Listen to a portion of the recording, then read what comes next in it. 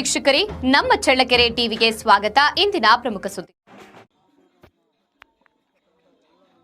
ರೈತನ ಆತ್ಮಹತ್ಯೆ ಪ್ರಕರಣಕ್ಕೆ ಸಂಬಂಧಿಸಿ ಕರ್ನಾಟಕ ರಾಜ್ಯ ರೈತ ಸಂಘ ಹಾಗೂ ಹಸಿರು ಸೇನೆ ಉಪಾಧ್ಯಕ್ಷ ರೆಡ್ಡಿಹಳ್ಳಿ ವೀರಣ್ಣ ತೀವ್ರ ಆಕ್ರೋಶ ವ್ಯಕ್ತಪಡಿಸಿದ್ದಾರೆ. ಬೆಳೆ ನಷ್ಟ, ಸಾಲದ ಬಾಧೆ ಮತ್ತು ಬೆಲೆಯ ಅಸ್ಥಿರತೆಯಿಂದ ರೈತರು ಆತ್ಮಹತ್ಯೆಗೆ ಶರಣಾಗುತ್ತಿರುವುದು ಅತ್ಯಂತ ದುರಂತಕರ ಬೆಳವಣಿಗೆ. ಸರ್ಕಾರ ಇಂತಹ ಘಟನೆಗಳನ್ನು ಕೇವಲ ಅಂಕಿಅಂಶಗಳಂತೆ ನೋಡದೆ ಮಾನವೀಯ ದೃಷ್ಟಿಯಿಂದ ಸ್ಪಂದಿಸಬೇಕು ಎಂದು ಅವರು ಒತ್ತಾಯಿಸಿದ್ದಾರೆ. ಮೃತ ರೈತ ನಿರಂಜನ ಮೂರ್ತಿಯವರ ಕುಟುಂಬಕ್ಕೆ ಸರ್ಕಾರವು ತಕ್ಷಣ 5 ಲಕ್ಷ ಪರಿಹಾರ ನೀಡಬೇಕು. ಜೊತೆಗೆ ಅವರ 2 ಮಕ್ಕಳ ವ್ಯಾಸಂಗದ ಸಂಪೂರ್ಣ ಹೊಣೆಗಾರಿಕೆಯನ್ನು ಸರ್ಕಾರವೇ ವಹಿಸಿಕೊಳ್ಳಬೇಕು ಎಂದು ಆಗ್ರಹಿಸಿದ್ದಾರೆ. ಅಲ್ಲದೆ ರೈತ ಕುಟುಂಬಕ್ಕೆ ಅಗತ್ಯವಿರುವ ಆರ್ಥಿಕ ನೆರವು, ಬದುಕಿಗೆ ಭದ್ರತೆ ಹಾಗೂ ಸಾಲ ಮನ್ನಾ ಸಂಬಂಧಿಸಿದ ಸೂಕ್ತ ಕ್ರಮಗಳನ್ನು ಕೂಡ ತಕ್ಷಣ ಜಾರಿಗೆ ತರಬೇಕು ಎಂದು ರೆಡ್ಡಿಹಳ್ಳಿ ವೀರಣ್ಣ ಸರ್ಕಾರವನ್ನು ಒತ್ತಾಯಿಸಿದ್ದಾರೆ. ಕರೆಂಟ್ ಮುಖಾಂತರ ಬೆಳೆಯನ್ನು ತೆಗೆದು ಈ ದೇಶಕ್ಕೆ ಕೊಡ್ತಕ್ಕಂಥ ಒಬ್ಬ ರೈತ ಇವತ್ತು ಆತ್ಮಹತ್ಯೆ ಮಾಡಿಕೊಂಡಿದ್ದಾನೆಂದರೆ ಇದು ಅದರಲ್ಲಿ ಒಂದು ಡೆತ್ ನೋಟ್ ಬರೆದಿದ್ದಾರೆ. ನನ್ನ ಸಾವಿಗೆ ನನ್ನ ಮಾಡಿರ್ತಕ್ಕಂಥ ಕೃಷಿಯಾಗಿ ಮಾಡಿರ್ತಕ್ಕಂಥ ಸಾಲನೇ ಕಾರಣ ಅಂತ ಮನ ತುಳುಕುವಂಥ ಒಂದು ಡೆತ್ ನೋಟನ್ನು ಬರೆದಿದ್ದಾರೆ. ಆ ಮಹತ್ವ ನನಗೆ ಕಣ್ಣೀರು ಬರ್ತಾ ಇದೆ. ಆ ಕಾರಣ ಇವತ್ತು ಅವರ ಕುಟುಂಬ ಬೀದಿ ಪಾಲಾಗ್ತಿದ್ದಾರೆ. ಅದಕ್ಕೆ ನಾವು ಸರ್ಕಾರಕ್ಕೆ ಎಚ್ಚರಿಕೆಯನ್ನು ಕೊಡ್ತಾ ಇದ್ದೀವಿ. ಈಗಾಗಲೇ ಈಗ 3 ವರ್ಷದಿಂದ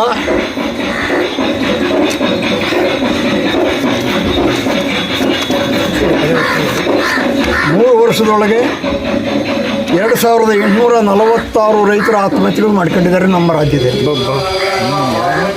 ಆದರೂ ಇಷ್ಟು ಜನ ರೈತರು ಆತ್ಮಹತ್ಯೆ ಮಾಡಿಕೊಂಡ್ರು ಕೂಡ ಈ ಅವಿವೇಕಿ ಸರ್ಕಾರಗಳಿಗೆ ಇನ್ನೂ ಕೂಡ ಕರುಣೆ ಬಂದಿಲ್ಲ ಅಂದರೆ ಯಾವ ಸೀಮೆ ಸರ್ಕಾರಗಳಂತ ನಾವು ಲೆಕ್ಕಾಚಾರ ಮಾಡಬೇಕು. ರೈತ ಬೆಳೆದಂಥ ಬೆಳೆಗೆ ಒಂದು ವೈಜ್ಞಾನಿಕ ಬೆಲೆ ಕೊಡ್ತಕ್ಕಂಥ ಯೋಗ್ಯತೆ ಇಲ್ಲದಂಥ ಸರ್ಕಾರಗಳು ಪ್ರತಿಯೊಂದು ವಸ್ತುಗೂ ಕೂಡ ಒಂದು ಗುಂಡು ಪಿನ್ನೊಂದಿಗೆ ಸೇರಿಸಿ ಪ್ರತಿಯೊಂದು ವಸ್ತುಗೂ ಕೂಡ ಬೆಲೆ ನಿಗದಿ ಮಾಡ್ತಕ್ಕಂಥ ವ್ಯವಸ್ಥೆ ಒಳಗಡೆ ಇವತ್ತು ರೈತ ಸಂಪತ್ತನ್ನು ಬೆಳೀತಾ ಇದ್ದಾನೆ, ದೇಶ ಆಹಾರದ ಭದ್ರತೆಯನ್ನು ಕಾಪಾಡ್ತಾ ಇದೆ. ಆದರೂ ಕೂಡ ಯಾವುದೇ ಇಲ್ಲದಿದ್ರೂ ಬದುಕಬಹುದು. ಆದರೆ ರೈತ ಬೆಳೆದಂಥ ಆಹಾರದ ಧಾನ್ಯಗಳು ಇಲ್ಲ ಅಂದರೆ ಯಾವ ಪ್ರಾಣಿ ಪಕ್ಷಿಗಳು ಜನರು ಕೂಡ ಬದುಕಲಿಕ್ಕೆ ಸಾಧ್ಯನೇ ಇಲ್ಲ.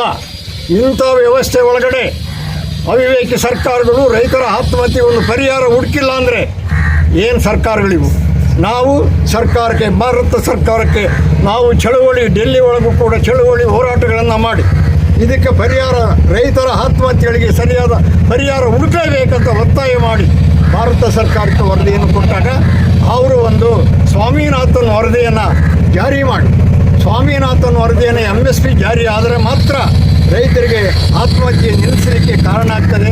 ಇದೇ ಅವರಿಗೆ ದೊಡ್ಡ ಪರಿಹಾರ ಅಂತ ಹೇಳಿಬಿಟ್ಟು MSC ಮಾಡಲಿಕ್ಕೆ ಒಂದು ಅವಕಾಶವನ್ನು ಕೊಟ್ಟು ಒಂದು ವರದಿಯನ್ನು ಕೊಟ್ಟು ಇಲ್ಲಿಗೆ ಕೊಟ್ಟ ಮೇಲೆ ಇವತ್ತು 26 ವರ್ಷ ಆಗಿದೆ ನಾವು ವರದಿಯನ್ನು ಸರ್ಕಾರಗಳಿಗೆ ಸಲ್ಲಿಸಿ.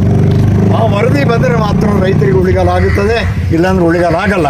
ಅದಕ್ಕೋಸ್ಕರ ನಾವು ಕೂಡ ನಾಳೆ ಇದು ಬೆಂಗಳೂರಲ್ಲಿ 30ನೇ ತಾರೀಕು ಕೂಡ ಇದರ ಬಗ್ಗೆ ಒಂದು ದೊಡ್ಡ ಹೋರಾಟ ಚಳವಳಿಗಳನ್ನು ಮಾಡಲಿಕ್ಕೆ ಒಂದು ಮೀಟಿಂಗನ್ನು ಕರೆದಿವಿ. ಇಡೀ ರಾಜ್ಯದ ಒಂದು ಸಮಾವೇಶವನ್ನು ಕರೆದಿದ್ದೀವಿ ಬೆಂಗಳೂರಲ್ಲಿ. ಆ ಕಾರಣ ಇದರಲ್ಲಿ ನಾವಲ್ಲಿ ತೀರ್ಮಾನ ಮಾಡ್ತೇವೆ. ನಾವು ಈ ಸರ್ಕಾರಕ್ಕೆ ಹೇಳ್ತೇವೆ, ಇವತ್ತು ಏನು ರೈತ ಆತ್ಮಹತ್ಯೆ ಮಾಡ್ಕೊಂಡಿರೋನಿಗೆ ಅವರ ಕುಟುಂಬ ನಿರ್ವಹಣೆಗೆ 2 ಸರ್ಕಾರಗಳೇ ಕೊಲೆಗಡಕರು ಅಂತ ಹೇಳಿ ಅವರಿಗೆ ನಾನು ವರದಿಯನ್ನು ಕೊಡ್ತೇನೆ. ಆ ಕಾರಣದಿಂದ ಇವತ್ತು ಅವರ ಕುಟುಂಬವನ್ನು ರಕ್ಷಣೆ ಮಾಡ್ತಕ್ಕಂಥ ಜವಾಬ್ದಾರಿಯನ್ನು ಸರ್ಕಾರ ಬರಬೇಕು.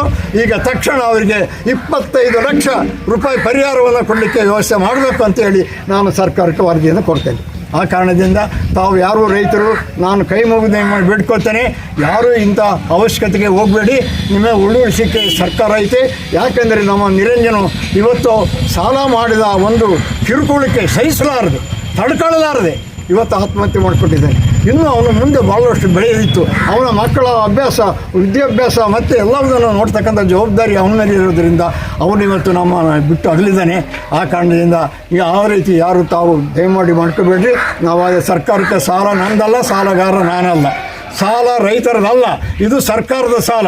ನಾವು ರೈತರು ಬೆಳೆದಂಥ ಬೆಳೆಗೆ ವೈಜ್ಞಾನಿಕ ಬೆಲೆ ಕೊಟ್ಟಿದ್ದರೆ ಯಾವ ರೈತರು ಆತ್ಮಹತ್ಯೆ ಮಾಡ್ಕೊಳ್ತಿರ್ಲಿಲ್ಲ. ಈ ಬೆಲೆ ಕೊಡದಿದ್ದ ಕಾರಣಕ್ಕೆ ರೈತರು ಆತ್ಮಹತ್ಯೆ ಮಾಡ್ಕೊಳ್ತಿದ್ದಾರೆ. ಅದಕ್ಕೆ 2 ಸರ್ಕಾರಗಳು ಹೊಣೆಗಾರ ಆಗಬೇಕಂತೇಳಿ ನಾನು ಇವತ್ತು ಸರ್ಕಾರಕ್ಕೆ ವರದಿಯನ್ನು ಕೊಡಲಿಕ್ಕೆ ವ್ಯವಸ್ಥೆ ಮಾಡ್ತೀನಿ. ದಯವಿಟ್ಟು ಯಾರು ಈ ದಾರಿಗೆ ಹೋಗಬೇಡಿ. ಏನಿದ್ರು ನಿಮ್ಮ ರಕ್ಷಣೆ ಮಾಡಲಿಕ್ಕೆ ರೈತ ಸಂಘ ಇನ್ನೂ ಉಳ್ಕೊಂಡೈತೆ, ಮಾಡ್ತಾಯಿದ್ದೀವಿ. ಈ ದಾರಿಗೆ ಹೋಗಬೇಡಿ.